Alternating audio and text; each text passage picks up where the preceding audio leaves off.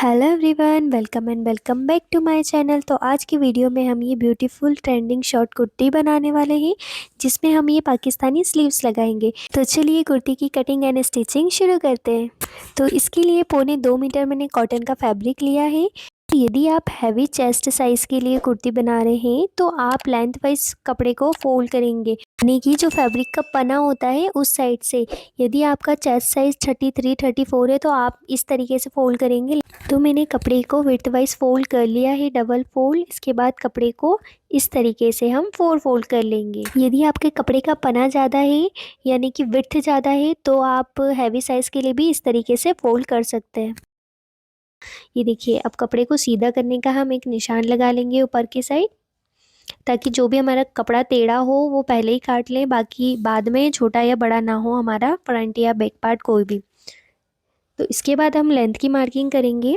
ऊपर से ½ इंच छोड़ते हुए मैं 27 इंच पर मार्किंग कर रही हूँ। जो मुझे रेडी लेंथ चाहिए 27 इंच चाहिए, और 1.5 इंच आगे मैं फोल्डिंग के लिए यानी कि 28.5 इंच पर मैं टोटल मार्किंग कर रही हूँ। पूरा मिला के हो गया है हमारा 29 इंच, ऊपर का ½ इंच और नीचे का 1.5 इंच।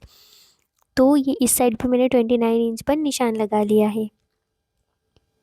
अब इस निशान को हम स्केल की हेल्प से स्ट्रेट कर लेंगे।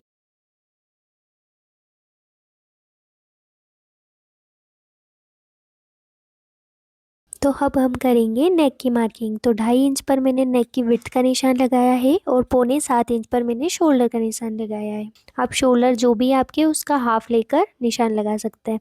6.5 इंच पर मैंने आर्म होल के लिए निशान लगाया है। शोल्डर मैंने 6.25 इंच पर मार्किंग करी थी शोल्डर के लिए, तो नीचे 6.25 इंच पर मैंने मार्किंग करी है। अब इन निशानों को स्केल की हेल्प से मिला लेंगे। इसके बाद हम करेंगे चेस्ट की मार्किंग। तो चेस्ट साइज है 33 इंच, जिसमें हम 2 इंच की लूजिंग यानी कि 2 इंच की लूजिंग ऐड करेंगे तो होगा 35 इंच, जिसका फोर्थ पार्ट होता है 8.25 यानी कि 8.75 इंचेस। तो चेस्ट की मार्किंग होने के बाद हम करेंगे कमर की मार्किंग। ऊपर से 12.5 यानी कि 12.5 इंच पर मैं कमर की मार्किंग करने के लिए मैंने एक निशान लगाया है। अब इस निशान को हम स्केल की हेल्प से स्ट्रेट कर लेंगे। तो मुझे साइड स्लिट्स प्रॉपर चाहिए 17.5 इंच यानी कि 17.5 इंच पर। तो मैं 18 इंच पर निशान लगा रही हूँ, क्योंकि आधा इंच शोल्डर पर दबने के बाद 17.5 यानी कि 17.5 इंच हमारा प्रॉपर बचेगा। तो हम इस लाइन को स्ट्रेट कर लेंगे। हिप वाले पार्ट की मार्किंग करने के लिए जो हमारा हिप साइज़ है वो 32 इंच है, जिसमें हम 2 इंच की लूजिंग ऐड करेंगे तो होगा 34। तो 34 का फोर्थ पार्ट होगा 8.5 यानी 8.5 इंच पर हमने मार्किंग कर लिया। अब हम वेस्ट साइज़ की मार्किंग करेंगे। तो वेस्ट साइज़ है 29 इंच, जिसमें हम 2 इंच की लूजिंग ऐड कर रहे हैं तो हुआ 31 यानी कि 31 इंच, जिसका फोर्थ पार्ट होगा 7.75 यानी कि 7.25 इंच। तो हमने 7.25 इंच पर वेस्ट साइज़ की मार्किंग कर ली है। अब हम इन निशानों को स्केल की हेल्प से मिला लेंगे। इसके बाद हम करेंगे दामन वाले पार्ट की मार्किंग। तो 9 इंच पर मैं दामन के लिए निशान लगा रही हूँ। जो भी हिप साइज़ है आप सेम वैसा ही दामन का निशान लगा सकते हैं, इससे कुर्ती स्ट्रेट बनती है। 1.25 इंच आगे मैंने साइड स्लिट फोल्डिंग के लिए निशान लगा लिया है, और 1.5 इंच आगे मैंने सिलाई मार्जिन के लिए। तो 5.5 इंच यानी कि 5.5 इंच पर मैं नेक की लेंथ का निशान लगा रही हूँ, एंड 2.5 इंच पर एज इट इज़ ऊपर जैसे ही नेक की विड्थ का निशान लगा रही हूँ। इन निशानों को स्केल की हेल्प से मैंने मिला लिया है। इसके बाद मुझे थोड़ा सा राउंड वाला वी नेक का शेप चाहिए था, तो वैसे ही मैंने बना लिया है। तो अब हम नेक और आर्म होल को छोड़ के बाकी पूरे पार्ट की कटिंग कर लेंगे कि हमारे फ्रंट और बैक पार्ट दोनों एक साथ है। तो अभी हम दोनों के नेक और आर्म होल अलग अलग काटेंगे। तो ये देखिए, मैं इस तरीके से इसको अलग कर लूँगी, और साइड स्लिट के लिए हमारे निशान तक हम दोनों पार्ट में एक साथ कट लगा लेंगे। बिल्कुल इस तरीके से, निशान से आगे हमें बिल्कुल कट नहीं लगाना है। इसके बाद हम हमारा बैक वाला पार्ट को अलग कर दिया है हमने। ये देखिए, हमारा फ्रंट वाले नेक की हमने कटिंग कर ली है, और ऊपर से एक्स्ट्रा फैब्रिक भी कट कर लिया है। 1 इंच पर मैं निशान लगा रही हूँ, राउंड का शेप दिया है मैंने। अब इसकी हम कटिंग कर लेंगे। इसके बाद जो भी हमारे फिटिंग के निशान हैं उस पर हम कट्स लगा लेंगे, ताकि चौक का मिटने पे भी हमें याद रहे कि हमें यहाँ से फिटिंग लगाना है। तो ये देखिए, फ्रंट वाले पार्ट की कटिंग हो चुकी है। हम बैक वाले पार्ट को वैसे ही जमा लेंगे। इसके ऊपर हमारा फ्रंट वाला पार्ट उसी तरीके से रखेंगे हम। ये देखिए, बराबर रखना है हमें, बिल्कुल भी आगे पीछे नहीं होना चाहिए। इसके बाद हाफ इंच पर हम यहाँ पर निशान लगाएंगे आर्म होल के लिए और राउंड का शेप दे देंगे। नेक की विड्थ हम सेम फ्रंट वाले पार्ट जैसे लगा लेंगे। नेक की लेंथ मैंने 3 इंचेस ली है। इसके बाद राउंड का शेप देते हुए हम नेक की कटिंग कर लेंगे और इधर भी आर्म होल की हम कटिंग कर लेंगे। हमने मार्किंग कर ली है तो अब हम कटिंग कर लेंगे।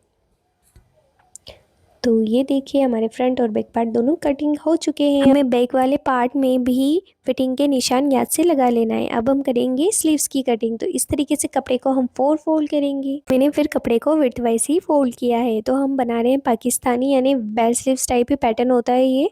तो ये देखिए हमारा जो बैक वाला पार्ट है मैंने वो ले लिया है। आधा इंच ऊपर छोड़कर इस तरीके से हम सर्कल में मेज़र कर लेंगे। तो मेरा आया है 9 इंच, तो हम इधर भी लेंगे 9 इंच, जिससे हमारी स्लीव बिल्कुल छोटी या बड़ी नहीं होती। कपड़े को सीधा करने का निशान लगाने के बाद हम स्लीव्स की लेंथ का निशान लगाएंगे। तो मुझे स्लीव्स की रेडी लेंथ चाहिए 20 इंच, तो मैं 22 इंच पर निशान लगा रही हूँ, क्योंकि ऊपर सिलाई मार्जिन भी दबेगा, नीचे से हम फोल्ड भी करेंगे। इस साइड भी 22 इंच पर निशान लगा के निशानों को मिला लेंगे।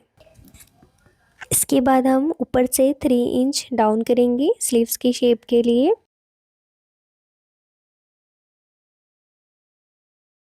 नीचे मोहरी का निशान लगाएंगे 7 इंच पर और 1.5 इंच आगे में एक और मार्जिन के लिए निशान लगा रही हूँ। इधर 1.5 इंच ऊपर साइड मैंने निशान लगाया है। ये देखिए इस तरीके से हम शेप दे देंगे।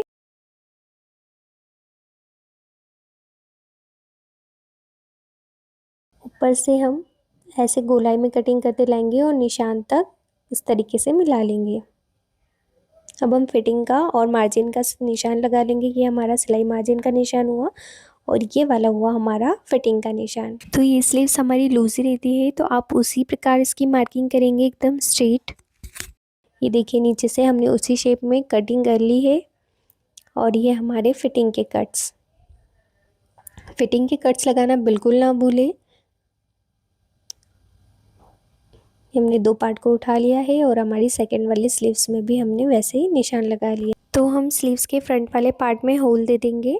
ये देखिए हमारी कटिंग कंप्लीट हो गई है कुर्ती की। अब हम स्टिचिंग करेंगे। तो नेक बनाने के लिए मैंने एक कपड़े पर पेपर कैनवास को प्रेस की हेल्प से पेस्ट कर लिया है। इसके बाद कुर्ती का सीधा वाला भाग हमने उसके ऊपर रख दिया है। दोनों के सीधे वाले भाग अंदर साइड है, आप देख सकते हैं। इसके बाद हमने पिन्स लगा ली है ताकि हमारा नेक बिल्कुल भी तिरछा नहीं हो।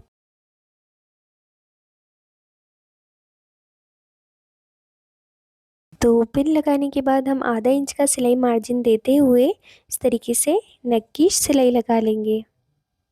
ये देखिए हमें एक जैसा ही सिलाई मार्जिन देना है, आधा आधा इंच का। ये ऊपर तक हमने सिलाई लगा ली है। इसके बाद हम बीच का जितना भी फैब्रिक है उसको कट कर लेंगे। मुझे इसी टाइप से नेक बनाना इजी लगता है तो मैं इसी टाइप से बनाती हूँ। तो आप भी ज़रूर ट्राई कीजिए इस तरीके से नेक बनाना। इसके बाद छोटे छोटे कट्स लगा लेंगे। हमें बिल्कुल भी सिलाई कट नहीं करना है। पूरे नेक में मैंने कट्स लगा लिए हैं। ये देखिए अब कुर्ती को पलट कर हमारे कैनवास में जो भी एक्स्ट्रा फैब्रिक है उसमें 1.5 से 2 इंच का गैप देते हुए हम सारा फैब्रिक कट कर लेंगे। तो ये देखिए मैंने कट कर लिया है। इसके बाद हम थोड़ा सा इसको इस तरीके से फोल्ड करेंगे। पूरे में हम फोल्ड करते जाएंगे और जो कॉर्नर वाला भाग है इसको आप ध्यान से देखिए। ये वाला कॉर्नर, इसके ऊपर ये वाला कॉर्नर, इसको फोल्ड करेंगे। कपड़े को घुमाते हुए इसको भी फोल्ड कर लेंगे। सिलाई मार्जिन हमें आगे साइड रखना है और हमें अभी कैनवास वाले कपड़े पर ही सिलाई लगाना है। ये देखिए इस तरीके से हमें सिलाई पर सिलाई बिल्कुल नहीं चलाना है, यानी हमारे कुर्ती वाला जो फैब्रिक पे उस पर बिल्कुल भी सिलाई नहीं जाना चाहिए। ये पूरा हम कैनवास वाला पार्ट अंदर साइड कर देंगे।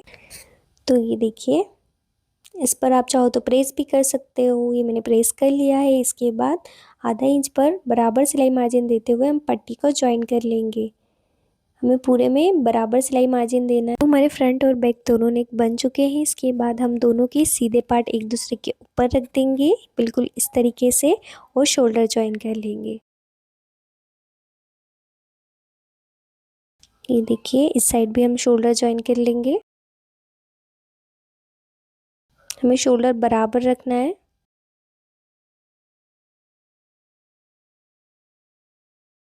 तो कपड़े को अब हम इस तरीके से पलटेंगे और ऊपर वाले भाग पर भी सिलाई मार्जिन हम आगे वाले पार्ट साइड करेंगे और ऊपर से सिलाई लगा लेंगे। कॉर्नर वाला पार्ट हम थोड़ा सा पक्का कर लेंगे। ये देखिए हमारा जो सिलाई मार्जिन होना चाहिए वो फ्रंट वाले भाग साइड होना चाहिए। तो ये देखिए हमारे शोल्डर जॉइन हो चुके हैं। तो अब हम स्लीव्स बनाकर रेडी कर लेंगे। तो जो हमारा स्लीव्स का बॉटम वाला यानी कि मोरे वाला पार्ट है उसको हम पहले सिर्फ एक बार थोड़ा थोड़ा इस तरीके से फोल्ड कर लेंगे, क्योंकि ये हमारा जो स्लीव का बॉटम है ये थोड़ा राउंड में है। फिर इसे हम एक और बार फोल्ड करेंगे, ये देखिए, जिससे कि हमारा बहुत फिनिशिंग से फोल्ड होगा। यदि आप एक ही बार में 2 बार फोल्ड कर देंगे तो वो फिनिशिंग से फोल्ड नहीं होता है। तो ये हमारा फोल्ड हो चुका है। अब हम कॉर्नर वाली सिलाई लगा लेंगे। तो ये हमारी दोनों स्लीव्स बनकर रेडी है। तो हमारा कुर्ती का जो पार्ट है फ्रंट वाला पार्ट आगे है, तो इस तरीके से ये फ्रंट वाली स्लीव हमारा जो होल होता है वो फ्रंट वाला भाग होता है। तो जो हमारा सेंटर वाला पार्ट था उसको शोल्डर पर रखेंगे और इस तरीके से स्लीव को ज्वाइन करते जाएंगे। हमें वैसे ही राउंड में सिलाई लगाना है और किसी भी कपड़े को खींचना नहीं है। दोनों के इस तरीके से कॉर्नर पकड़ेंगे हमारी हाफ स्लीव ज्वाइन होने के बाद। तो हाफ स्लीव और हम ज्वाइन कर लेंगे। हाफ करके ज्वाइन करने में बिल्कुल भी स्लीव छोटी या बड़ी नहीं होती है। तो आप ट्राई कीजिए, यदि आपसे इस तरीके से होता है तो। ये डबल सिलाई हमने इस साइड कर ली है और इस साइड भी हमने डबल सिलाई लगा ली है। जो भी सिलाई लगाएं आप उसे डबल ज़रूर करें। तो हमने दोनों स्लीव ज्वाइन कर लिए। इसके बाद जो हमारे फिटिंग के निशान थे उस पर हम सिलाई लगा लेंगे।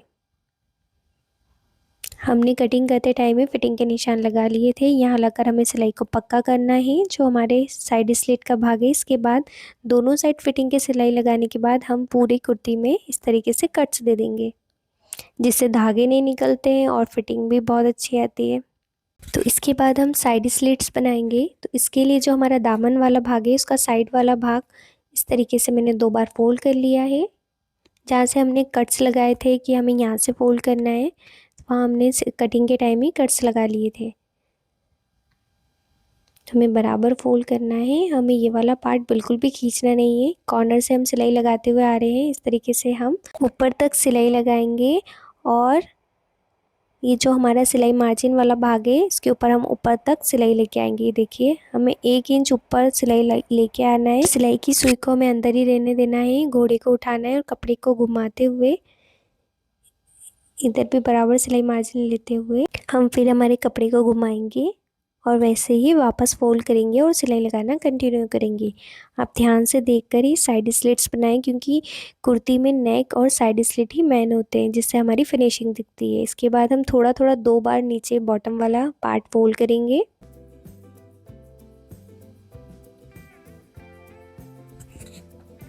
हमें साइड स्लिट बनाते टाइम बिल्कुल भी कपड़े को खींचना नहीं है, वरना उसमें सल आने लगते हैं जो बहुत गंदा दिखता है और शॉर्ट कुर्ती में तो कुछ ज़्यादा ही। तो आप ध्यान से ही बनाएंगे। ये देखिए आप फिर से देख सकते हैं साइड स्लिट कैसे बनाते हैं। कपड़े सिलाई को थोड़ा ऊपर लाना है, कपड़े को घुमाना है, थोड़ा आगे तक सिलाई लेकर आना है, फिर मशीन को नहीं घुमाना है, कपड़े को घुमाना है, फिर सिलाई लगाना कंटिन्यू। जितने भी कॉर्नर वाले पार्ट है उसमें हमें सिर्फ घोड़े को उठाना है और सुई को अंदर ही रहने देना है और कपड़े को घुमाना है। तो ये आप देख सकते हैं हमारे साइड स्लिट्स बनकर कंप्लीट है। तो ये आप देख सकते हैं कितने फिनिशिंग से बने हैं। इसके बाद हम कॉर्नर की सिलाई लगा लेंगे। देखिए कॉर्नर वाले पार्ट पे आके सिर्फ हमें सुई को अंदर रहने देना है और घोड़े को उठाकर कपड़े को घुमाना है। चारों तरफ हम कॉर्नर की सिलाई लगा लेंगे। तो हमारी शॉर्ट कुर्ती की कटिंग और स्टिचिंग कंप्लीट होती है, जिसमें हमने पाकिस्तानी स्लीव्स भी लगाई है। तो वियर करने के बाद आप कुर्ती का फाइनल लुक देख सकते हैं, इसकी फिटिंग देख सकते हैं। तो आप भी ज़रूर ट्राई कीजिए।